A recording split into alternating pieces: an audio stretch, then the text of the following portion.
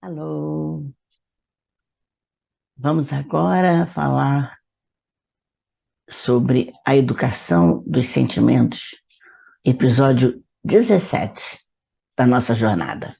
Roda a vinheta.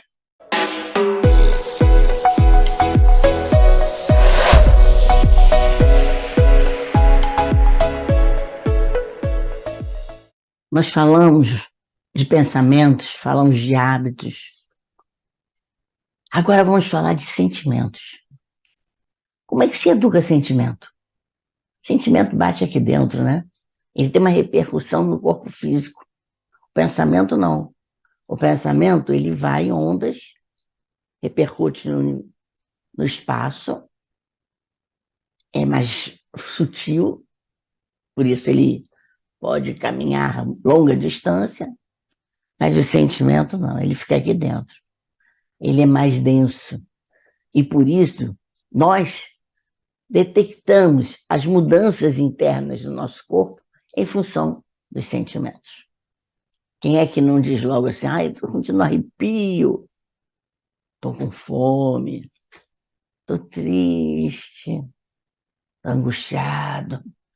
A gente faz sempre gestos corporais para detectar, para explicar, né, um sentimento. Por isso, ele é diretamente conectado com o nosso corpo físico, apesar de ser um atributo do espírito humano. Lembre-se disso. A sensação está na planta, está no animal, mas o ser humano ele fez uma adaptação no processo de sensação e criou, pelo pensamento, o sentimento. Deu nome, né, porque esse nome foram os homens que deram, e passou, inclusive, a valorizar mais o sentimento do que o pensamento. Pode um negócio desse? Vamos então começar a falar por que precisamos educar o nosso sentimento. Vamos compartilhar aqui para facilitar o acompanhamento de vocês. Então, nosso episódio 17, falando de educação do sentimento. É tão importante a gente detectar qual é o sentimento que nós estamos tendo naqueles momentos, né? Aqueles acontecimentos externos. Blaise Pascal, ele falou, o coração tem razões que a própria razão desconhece. Tem até música, né, a partir desse ditado. Ele trouxe à tona o mundo complexo de sentimentos. Envolve paixões, emoções, afetos. E, na verdade, você não sabe mesmo por que eu estou sentindo isso. De onde veio? Foi no momento em que eu olhei aquilo ali, no momento em que ela falou alguma coisa, o momento em que eu pensei, pronto, veio à tona um sentimento. As razões são diversas, mas elas são diferentes das razões do pensamento. O coração tem razões que muitas vezes o cérebro não consegue detectar nem explicar. Olha, não sei, eu sei que eu estou sentindo isso. Agora, quem se deixa levar pelas razões do coração? Esse é o problema. Quem se deixa levar pelas razões do coração perde a rédea da vida, perde a força da vontade. A vontade fica amortecida e fica subjugada ao coração. Diminui a vontade, o coração enche de razão e o pensamento muitas vezes não consegue segurar as ações. Rui Barbosa, se referindo a essa engrenagem essencial, ele dizia: o coração é tão frívolo, tão exterior, tão carnal, quanto se cuida. Então, o coração, ele olha para ele, mas de uma forma frívola, carnal. Quer dizer, Na verdade, o coração não tem muito cuidado com ele, não. Ele tem um assombro, como ele diz, fisiológico. É mais, é mais do que um prodígio moral. Por isso, os olhos da alma não veem os do corpo. Esses olhos da alma que estão brilhando no coração não veem os olhos do corpo físico. E o corpo físico muitas vezes não detém o que está no coração da alma, o que está nesses olhos da alma. Muitas vezes a gente diz isso. Eu não sei o que estou sentindo, mas o meu corpo está refletindo alguma coisa que eu não sei bem o que que é. Vê longe, vê mesmo que as coisas estejam ausentes, vê no invisível, até no infinito. Esses são os olhos da alma, porque eles vão na transcendência. Nós somos seres transcendentes. E a alma, ela olha longe. E muitas vezes não sabe o que está detectando, mas ela consegue visualizar uma sensação e que essa sensação vai sentir no corpo. E onde está o foco? Não sei. Está aqui em volta, está lá longe, não está presente fisicamente. Onde é que vai parar o cérebro para ele conseguir detectar isso? O Senhor detectou, orgulhou, né? Deu para nós um atributo que faz com que a gente sinta aquilo que o cérebro está percebendo. Coloca a mão no coração. Você aqui sente a sua segunda vista. Fecha os olhos. Estou detectando alguma coisa. Coloca aqui a mão no coração. Veja se o coração está pulsando mais rápido. Nossa, meu coração está disparado. Automaticamente a gente faz isso. Ah, meu coração disparou, está palpitando. Porque é assim que eu vou enxergar o que, na verdade, o cérebro precisa ver. O cérebro detecta alguma coisa, mas o coração tem que falar. O coração é que vai mostrar. É o coração que vai se modificar. Então, por isso que o Rui Barbosa disse que o coração é um prodígio moral. Porque ele detecta os olhos da alma. Ele detecta aquilo que não existe ao nosso redor, que nós não vemos. É assim, dessa força interna, que o coração nutre a nossa vida. Por isso ele diz que é um prodígio moral. Por isso ele diz que não é só esse coração que está passando sangue pelo corpo, não. Ele vê o coração como um assombro, porque ele está colocando o simbolismo do coração dentro dos sentimentos. Essa engrenagem. Essa engrenagem que vivifica os nossos sentimentos. Olha como é que ele está olhando o coração. Os sentimentos automaticamente têm uma ligação com o coração que faz com que ele veja mais do que o que a gente está vendo com os olhos físicos. Os olhos da alma têm direta ligação com o nosso coração. Os espíritos disseram a Kardec: o coração é a máquina da vida. Põe em movimento o próprio corpo. É a partir dele que eu vejo, inclusive, né? Se parou o coração, pronto, acabou a vida. A alma, ela se concentra no coração daqueles que realmente sentem emoções, daquelas pessoas sensíveis. Então a alma se concentra no coração. Quando você tem uma sensibilidade muito grande, coloque a mão aqui.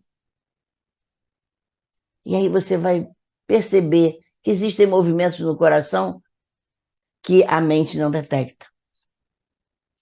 A verdadeira adoração é a do coração. É aquele momento em que eu realmente me elevo ao infinito.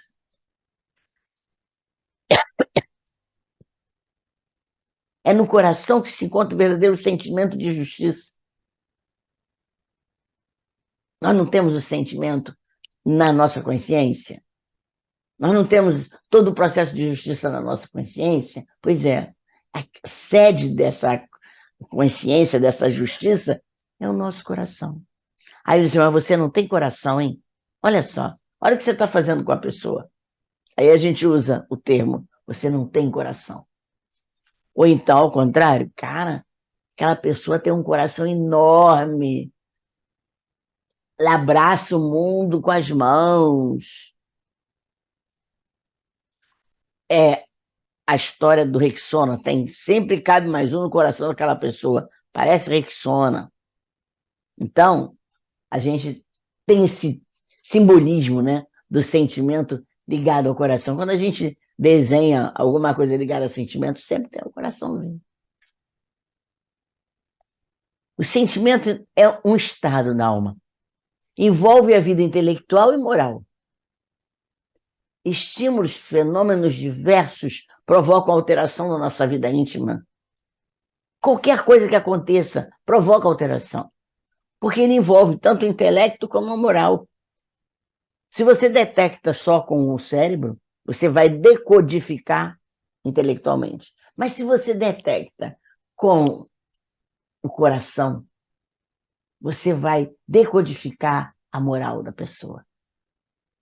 Então, esse sentimento tem essa dualidade. Ela envolve tanto o intelecto quanto a moral. A paixão. A paixão já é o movimento.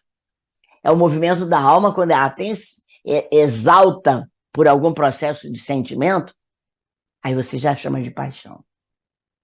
A imaginação, ela movimenta a paixão. E acaba transformando em hábito. Já imaginou uma paixão transformada em hábito? Eu tenho sempre aquele ponto apaixonado. Ela é apaixonada por excelência. Vive apaixonada por tudo, deslumbrada. Essa é a exaltação da alma.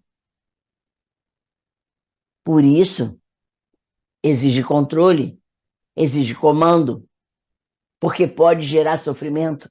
Esse movimento impetuoso da alma que ela vai em êxtase. A imaginação exalta o pensamento. A imaginação provoca o movimento impetuoso. E aí pode gerar sofrimento. A manifestação do sentimento da paixão vai revelar tudo que nós temos por dentro. Porque você não consegue detectar conscientemente, então você se joga de cabeça. Sabe aquela história assim, mergulha de cabeça? Quem tem esse movimento, mergulha de cabeça nas coisas e pronto. Ó, não sabe o que vai acontecer depois. E é isso que interessou os filósofos. A partir de Descartes, esse problema do sentimento ganhou uma abordagem um pouco mais profunda.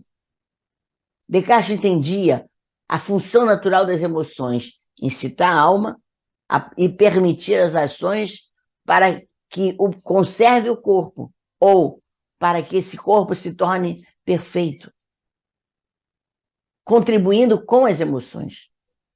Então, para ele, era importante não só a razão, mas também a emoção. Ele tinha essa ideia da dualidade. É a emoção que provoca a motivação. É a emoção que provoca o desânimo, o tédio, a passividade. Mas também provoca a agitação, provoca a angústia, a ansiedade. Tudo isso é provocado pelas emoções. E aí vai permitindo que a alma procure resolver aquilo para onde ela está sendo levada. E aí, em cima ali, ó, controle, comando, para não gerar sofrimento. Descartes vê a tristeza e a alegria como emoções fundamentais. A base. Nós temos 5 emoções: tristeza, alegria, medo, raiva e amor. Essas são 5 emoções básicas.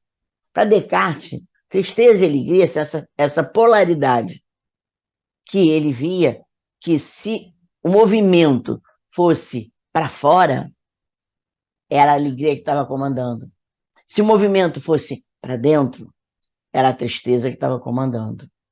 Então, essas emoções, para ele, eram fundamentais para permitir as ações para externas e as ações internas. Kant situou o sentimento entre as categorias da razão. Ele já via uma função biológica nos sentimentos. Ele ressaltou a capacidade que tem a paixão de dominar toda a conduta do homem, se apoderar da sua personalidade. Então, se o sentimento, né, vira paixão e domina a nossa conduta, ela já vai atuar no nosso corpo, no nosso cérebro. E não há consciência que pare e que domine esse processo da paixão. E aí ele formulou as analogias. Ao contrário da emoção precipitada e refletida, a paixão é lenta, refletida para alcançar seu objetivo, apesar de poder ser violento. A gente sempre acha que paixão é precipitado, né? Não. A paixão é lenta. Por quê? Porque ela tem um volume. Ela é um volume em que ela, quando ela é refletida, não é refletida no sentido de reflexão, não. Ela é lenta e refletida. Refletida porque ela tem movimento para fora. E é esse movimento que leva a que eu alcance um objetivo. Às vezes, de uma forma violenta. A emoção, não. A emoção, ela é irrefletida, é precipitada, a gente não toma conhecimento. Mas como a paixão é um domínio maior, ela tem uma conjectura maior na nossa vida, ela consegue ser refletida. E quando ela é refletida, ela é refletida. Ela leva ao nosso movimento externo. E Kant, então, vê uma graduação entre as duas formas de sentimento. A emoção, quando ela está aqui no auge da emoção, triste, raiva, ódio, a pessoa age direto com aquela emoção. Mas quando é paixão, ela envolve uma sequência de posicionamentos. Então a paixão ela é mais densa. Ela é mais densa, por isso ela fica mais lenta, e ela vai refletindo aquilo que eu estou sentindo, além de trazer reflexos, muitas vezes violentos, na nossa conduta. Porque ela é lenta, mas quando ela explode, haja coração, né? Quando você explode da paixão. Na linha da evolução dos espíritos, as paixões são importantes, né? Não tem problema de coisa má na paixão. Por quê? Porque é como eu tivesse uma motivação para aquele processo que eu quero desenvolver na minha vida. Imagina se eu não fosse apaixonada pela minha profissão. Eu não ia trabalhar com esse amor todo que eu trabalho a vida inteira. Se você não tem uma paixão por por um objetivo, uma paixão por um processo cultural, por um estudo, por uma pessoa, para que você vai lidar com isso? Aquilo ali vai desgastando, vai ficando sem graça. É um sinal de quê? De que nós temos uma consciência em atividade. Agora, lá atrás, né, aquela alma primitiva, aquela inteligência que ainda não estava sendo atuada, ainda estava em estado de germe, ela mostrava a atividade só através da paixão, porque não havia ainda um homem não tinha ainda decodificado as sensações, mas a paixão ele decodificava porque a paixão fazia ele se mexer. Aí ele sentia alguma atração, aí ele observava mais, daqui a pouco aquilo ali estava trazendo para ele um encantamento. Aí sim, aí ele se movimentava. Então, lá atrás, que a inteligência ainda estava bem em germe, o que movimentava o homem era a paixão.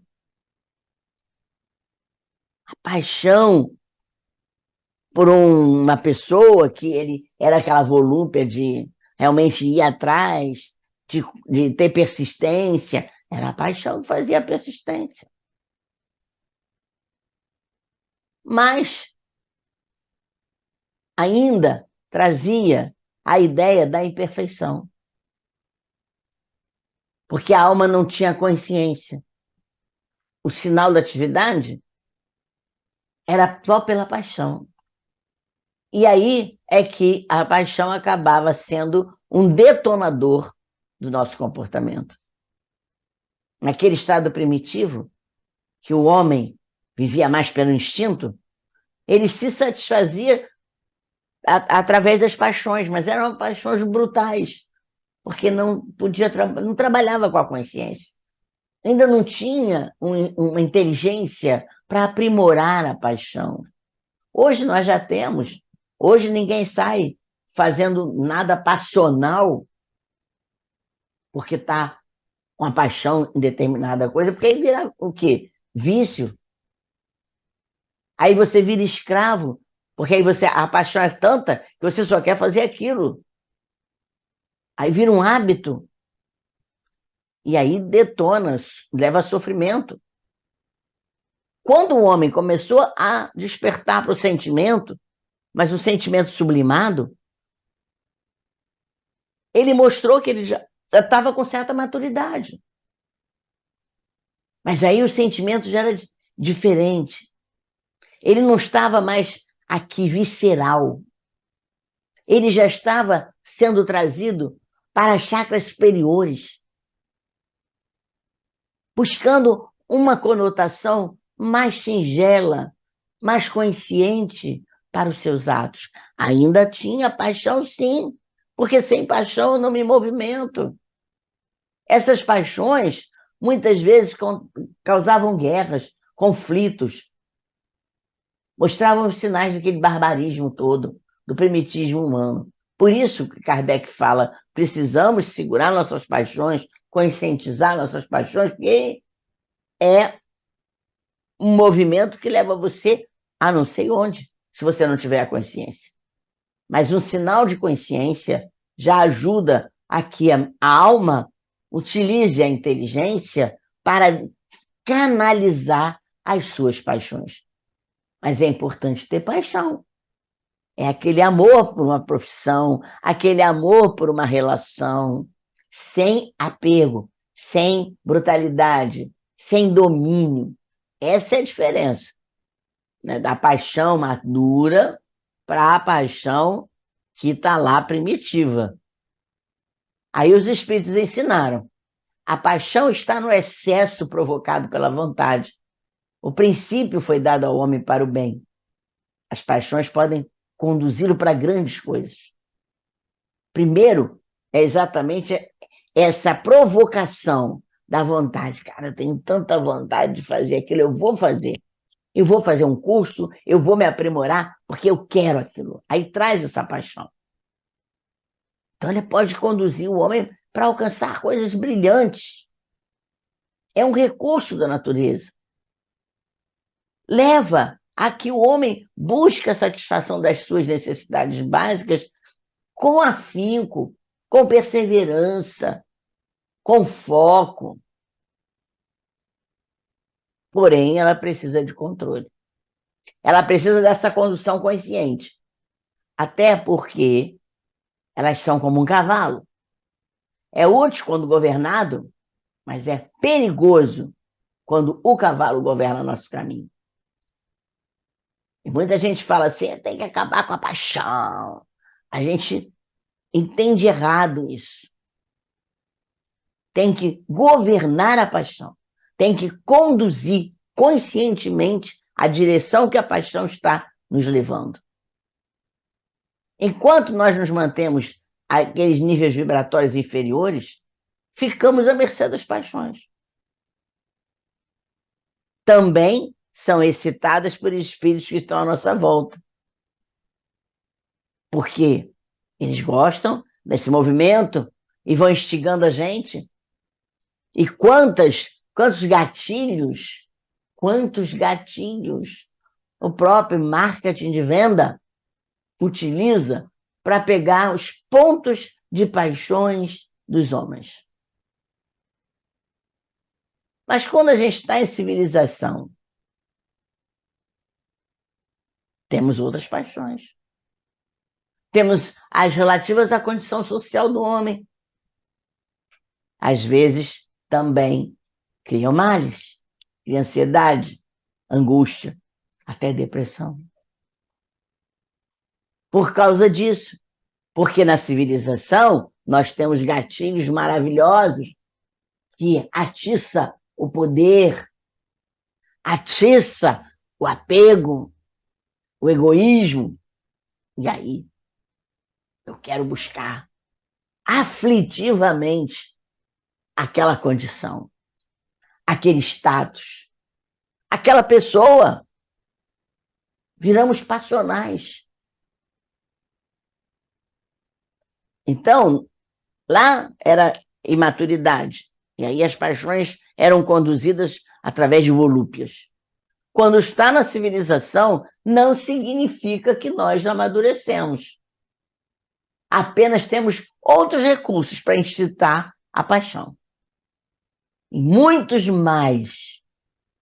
Porque a civilização está trazendo gatilhos muito mais variados. Mas se o homem não tiver amadurecido, não é a civilização que amadurece o homem.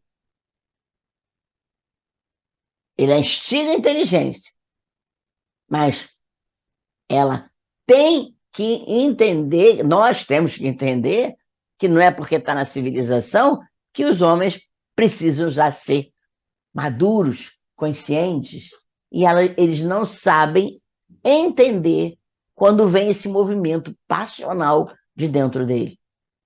Então Kardec alertou: a riqueza e o poder despertam todas as paixões que nos prendem à matéria e nos distanciam da perfeição espiritual.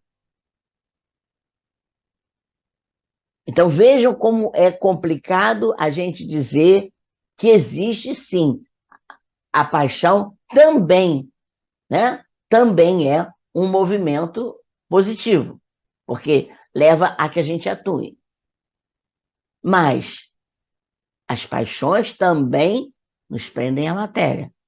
Então, para que a gente possa fazer com que as paixões sejam positivas na nossa vida e levem a gente ao movimento, à atividade, nós precisamos conscientizar o caminho que a paixão está nos levando. Está levando para onde? Os vícios são alimentados pela necessidade de satisfazer paixões mais brutais.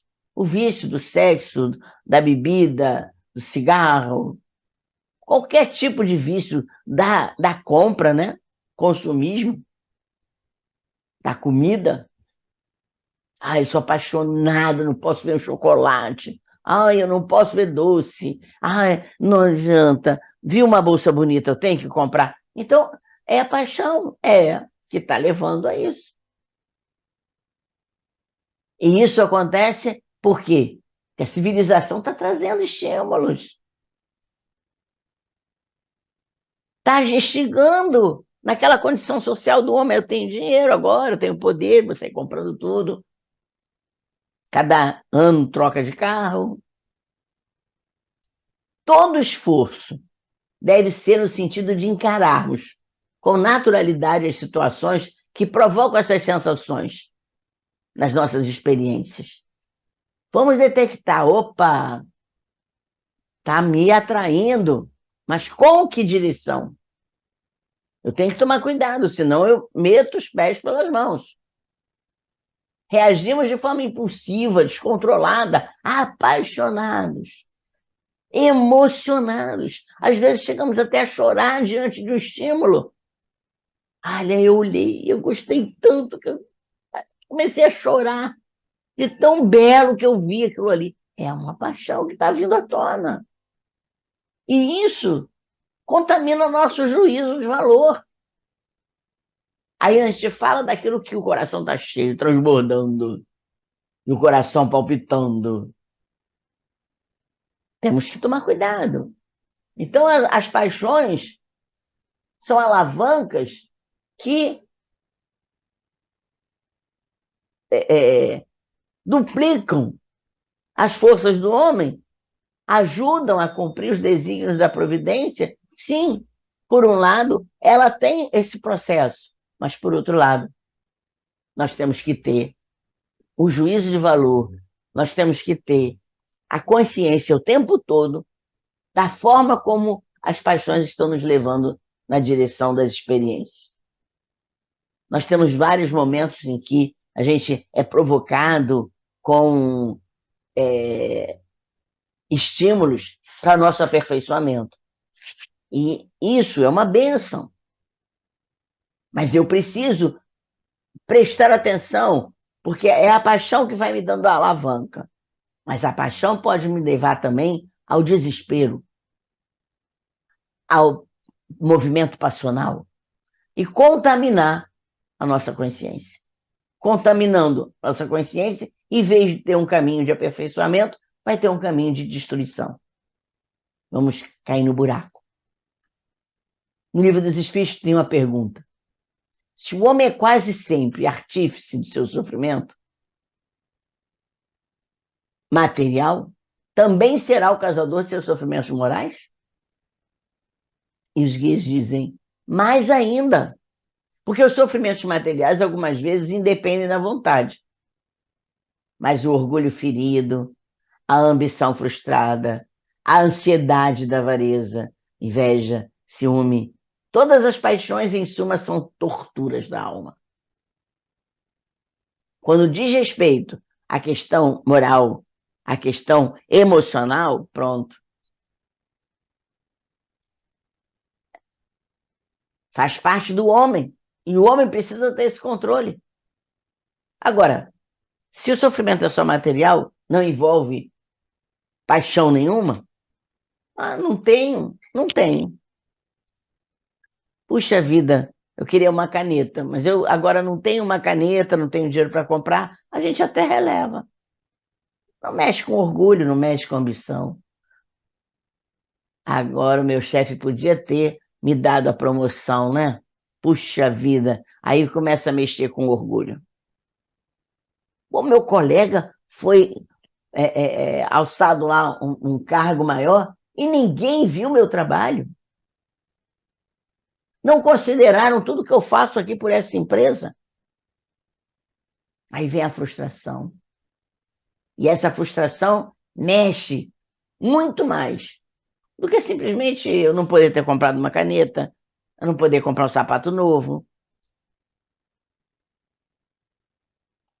É claro que tem pessoas que estão ligadas à matéria, elas sofrem também com isso, né? De não poder ter um sapato novo. Mas quando mexe com sentimento, ou então quando aquele sapato ia mostrar ela para a sociedade, aí já está mexendo com orgulho. E é isso que a gente precisa tomar cuidado. Kardec faz uma síntese perfeita. Toda paixão que aproxima o homem da natureza animal o afasta da natureza espiritual. Então, se aquele movimento faz com que eu haja feito um troglodita, né? Aquele animal que realmente não tem raciocínio, porque ele não tem razão, eu estou lá atrás, juntinho dele.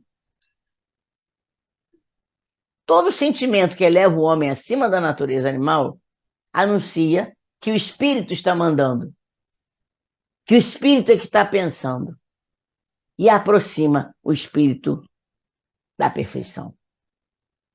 O espírito tem que comandar a matéria. O predomínio é do espírito e não da matéria. O espírito evolui com as duas asas, sabedoria e amor. Então nós temos a intelectualidade e temos a moralidade. São as duas asas do anjo. Hoje nós estamos trabalhando num desenvolvimento intelectual grande demais, mas nem sempre vemos sinais de sabedoria, porque não utilizamos a inteligência com a parte moral. Então a sabedoria não é só o desenvolvimento intelectual, não. A sabedoria é usar o intelecto e os conhecimentos intelectuais de uma forma racional, consciente, amoroso. O homem ainda confunde amor com paixão. A afeição verdadeira nada tem de carnal. Quando o espírito se apega a uma pessoa, nem sempre faz com afeição. Muitas vezes está projetando a lembrança de um amor perdido, de uma paixão sofrida. E aí, às vezes, não quer mais perder aquela e faz um processo passional em cima da pessoa. Então, o Espírito da Verdade falou: Espíritas, amai-vos, eis o primeiro ensinamento. Instruí-vos, eis o segundo. Então, amor, instrução, sabedoria. São as duas asas que nós precisamos desenvolver. Para podermos agir, mesmo que seja de um processo de afeição profunda, de paixão, mas sempre equilibrando o amor, a afeição com a sabedoria, com o conhecimento da nossa consciência. Aonde eu estou indo, aonde estão me levando. Acima de tudo, é indispensável praticar, vigiar e orar. Cristo trouxe isso para a nossa cartilha. Hegel nos trouxe um axioma fundamental. Tudo que é racional é real. Tudo que é real é racional. A razão comanda a vida. O sentimento, ele vai atenuando esse imperativo da razão. Então, o racional, aquilo que é objetivo, eu estou vendo o copo de vidro, está cheio d'água e tal, ponto, isso é a razão. Aí o sentimento diz assim, mas não tira o copo daí não. Ele é tão bonito, a água está gostosa, está fresquinha. Então eu vou atenuando isso, deixa o copo aí. Cuidado só para não esbarrar. Mas a água está fresca, deve estar muito gostosa. E Lázaro afirma, feliz daquele que ama, porque não conhece as angústias da alma, nem as do corpo. Aquele que ama com sabedoria. Porque aquele que ama sem sabedoria joga carga na alma. E joga carga no corpo, porque os sentimentos atuam direto no nosso corpo físico. Jesus ensinava, onde está o vosso tesouro, aí estará também o vosso coração. Para nós ajustarmos nosso foco, é imprescindível que equilibremos o nosso sentimento. Sentimento, razão. Onde está meu tesouro, onde está minha paixão, é onde está o coração se manifestando. Vamos educar sob pena de falharmos em nossas escolhas, mas vamos nos educar. Educação dentro da razão para equilibrar o sentimento. Pode ser que a gente falhe. Nós somos falíveis. Mas mesmo assim, a consciência estando presente, eu me responsabilizo pela minha escolha. Então, alimente seu coração de sentimentos bons. Nutre sua alma de alegria. Fortaleça sua vida com fé, amor e paz. A vida é a nossa maior riqueza. E nós podemos nutrir o nosso coração, nutrir a nossa alma com alegrias, com coisas que nós possamos realmente ter paixões, gostarmos tanto, que vai fazer com que a nossa alma esteja sempre se retroalimentando daquelas ações que eu estou fazendo. Viram como o sentimento é rico? A paixão enriquece a nossa vida? Mas nunca deixe a razão de fora para decidir qualquer coisa. Ah, mas tem estímulos que eu me perco. Eu chego a nem conseguir pensar. Eu fico cega. Quantas vezes a gente fala isso? Ah, eu fiquei cega. Quando eu vi aquilo ali na minha frente, eu fiquei cega. E aí o cego pode ser aquilo que você realmente quer trazer para você, ou então aquilo que você quer se livrar. E aí, se você está diante de uma cegueira, você pode até matar, estrangular. Fiquei cega, sair em cima da pessoa. Ah, eu não quis nem pensar. Eu não quis nem pensar. Eu vou adquirir aquilo ali. Não quero nem saber. Como é que eu vou pagar? Como é que eu não vou pagar? Se o cartão de crédito vai quebrar ou não vai quebrar? É assim que às vezes a gente faz, não é? Então vamos trabalhar um pouquinho. Deixar que a paixão nos movimente para coisas positivas, mas é alerta. Sempre alerta. Parece até escoteiro. Sempre alerta e obediente, né? Não é? O dia que a gente vai... Obediente à paixão? Não. Obediente à nossa consciência. Ao nosso espírito precisa tomar conta daquilo que o corpo está fazendo. Cuidado. Os estímulos são muito violentos, principalmente no momento em que a nossa civilização está vivendo. Os estímulos são bárbaros, brilham na estrela do céu, estão sempre no nosso caminho. E eu estou atrás, né? Estou lá. Está brilhando, eu estou ali, aqui. Olha lá mais um. E vou atrás. E esse vou atrás, se não for com sabedoria, eu vou cair de 4 no meio do caminho. Não deixa de escrever o que vocês estão vivendo, o que vocês estão passando. A contribuição de vocês é extremamente importante para nos dar motivação para continuar vivendo essa paixão de levar para vocês essas reflexões. Fiquem bem.